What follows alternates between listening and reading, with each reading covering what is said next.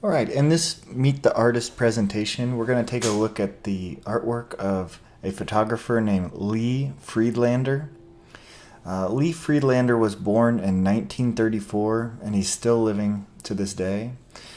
He's a photographer as well as an artist. And a lot of his photographs that we'll see,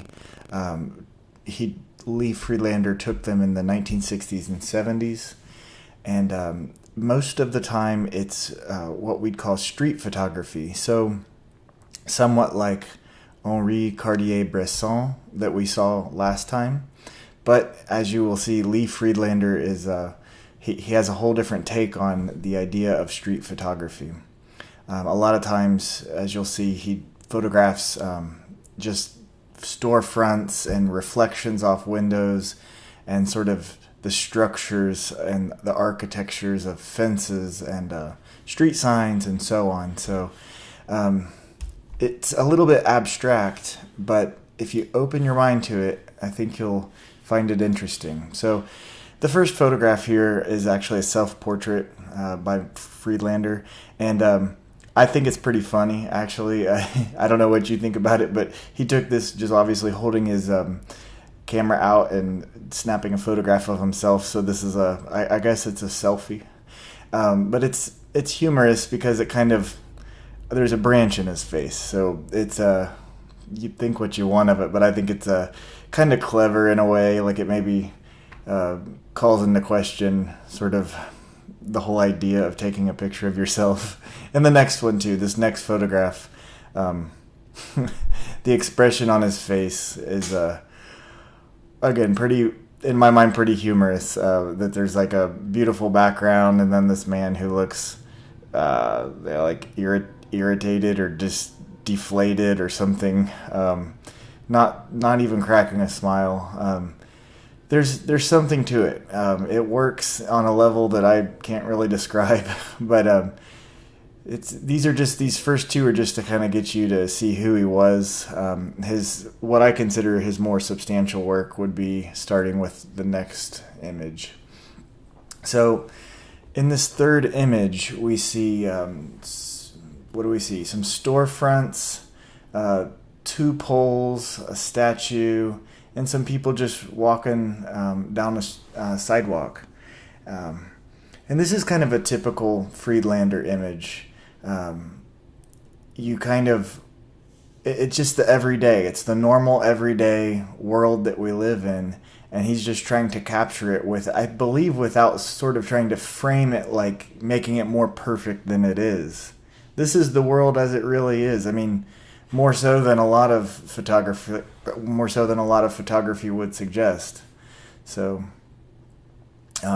you might, technically speaking, you might think that pole in the middle or the pole on the right are kind of ugly or draw your attention too much. And I think Friedlander liked those kind of things, those kind of jarring, that your attention was like drawn to these really weird places. And so, not technically beautiful in the sense of an Ansel Adams photograph for sure, but definitely photography that makes you think, and especially makes you think about society. So this next photograph, a lot of the photographs that Friedlander took were in New York City, and I believe this one was as well. Now, looking at the car and the bus there, I do not believe this was a 60s and 70s photograph. This looks like it could have been the 90s or 2000s, but he's photographing a mannequin in a window, and the reflection of the window is what we see, the people and the buildings and so on.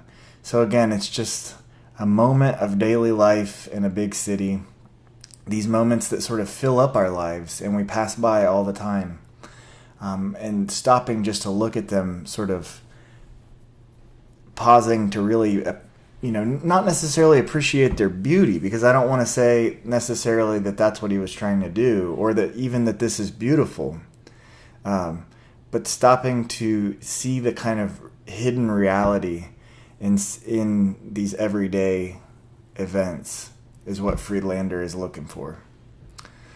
In this next one, I think the signs here, the arrows and the question mark, and the businessman who's looking straight at the camera, they all kind of work well together. I'm not sure where this was taken, or could be the 60s or the 70s, but that really doesn't matter. This one I think was really, in my mind, this is one of my favorites. I don't want to show favoritism toward one over the other, but this one really works for me. And again, I don't think it's beautiful in the sense of Ansel Adams, or it's not beautiful in that sense. It's that it points to a kind of a truth, and that truth is difficult to describe. It's difficult to pin down. It's even difficult for me to think about it, let alone communicate it. But something about it works, and I believe it kind of points to a truth.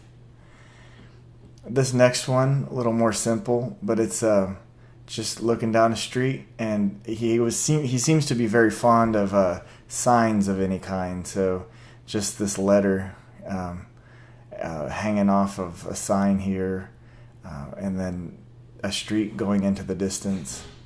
Just, again, normal everyday stuff. And this next one is of a TV with a woman's face on it. This definitely looks like 60s or 70s if you look at the TV.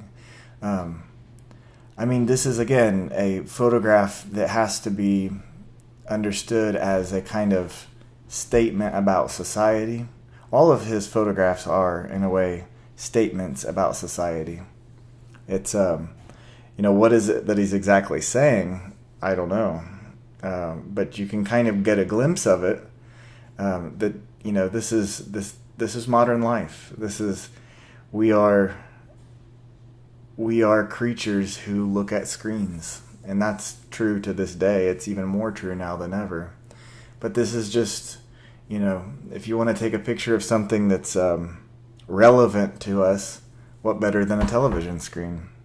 Maybe now, if he's taking photographs, he'd take a photograph of an iPhone or an iPad or something. But this is definitely a symbol of modern life. And here we go. Here's another one. And this one looks definitely also like 90s or 2000s. It's not the 60s or 70s. Just I can tell by some of the advertising. But